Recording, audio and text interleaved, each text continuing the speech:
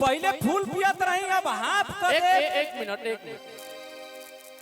भाई तुझको क्या हुआ है? मुझे इश्क हुआ है। मुझे इश्क हुआ है। अंकल मुझे दिल की बीमारी है, मुझे दिल की बीमारी है।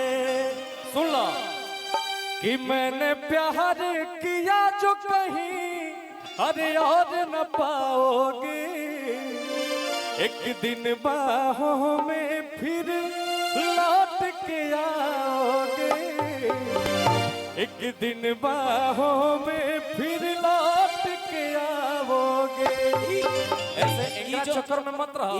ई जो तू पोल्हावत रह हो जानता रे कि तू कहता ना होशियार बड़ा, यही से कहता रे कि लगे को छरी राजा नहीं पढ़ल बड़ा, कि लगे को छरी राजा न पढ़ल बड़ा, खाली लइकिन के चक्कर में बिगड़ल बड़ा।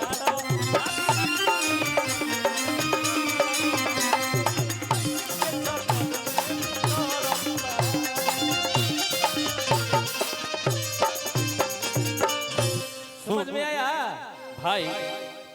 तू जोन जोन बात एह लगी खाती बोल देला नो, अब ई हमरा बर्दाश्त आर कि ये हो गोरी कि चीज गोरी बढ़िया आ हई बेकार के चिन्ह, कि चीज गोरी बढ़िया बेकार के चिन्ह। अरे अच्छा लगी तो भला करिए लो कि चीज गोरी बढ़िया आ हई बेकार के चिन्ह, आ हई दोनों में से असली भाता के चिन्ह।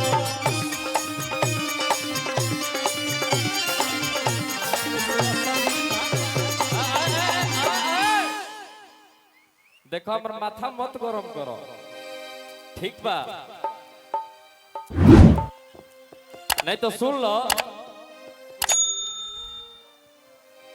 बोला काहे जाए कि सुन लो, काहे की दोस्ती पानी से करत रही, ठीक बा?